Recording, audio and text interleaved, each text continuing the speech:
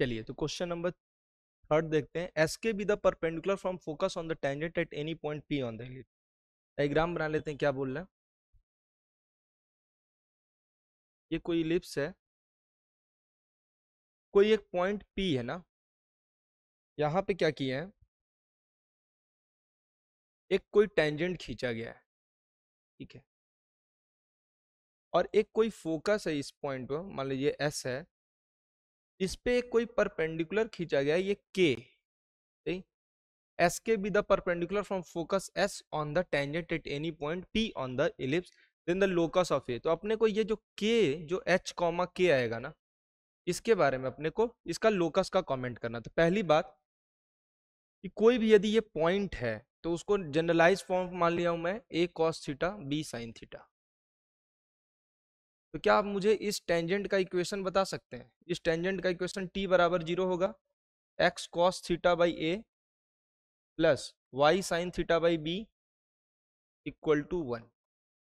Now अब जो दूसरी बात है कि इसका इक्वेशन मैं फाइंड करना चाहूं, ये पॉइंट तो ए कॉमा 0 है, सही। इसका यदि स्लोप की बात करूं, इसका एम बताइए कितना है।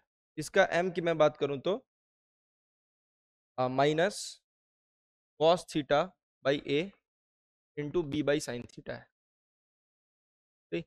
तो इसका स्लोप कितना होगा, क्योंकि दोनों परपेंडिकुलर है, ये m1 है, तो m2 will be a by b sin theta by cos theta, ठीक जा रहा है। m2 कितना हो जाएगा, तो उसका इक्वेशन यदि मैं लिखूंगा तो बताइए क्या होगा, y minus 0 upon X minus A E, ठीक, इक्वल टू कितना हो जाएगा, m की वैल्यू कितनी है, a by b sin theta by cos theta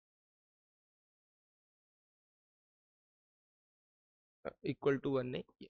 अब इसको क्रॉस मल्टीप्लाई जरा कर दीजिए, कितना हो जाएगा, y बी कॉस थीटा, सही, बराबर x minus A E sine theta into A sine theta, ठीक।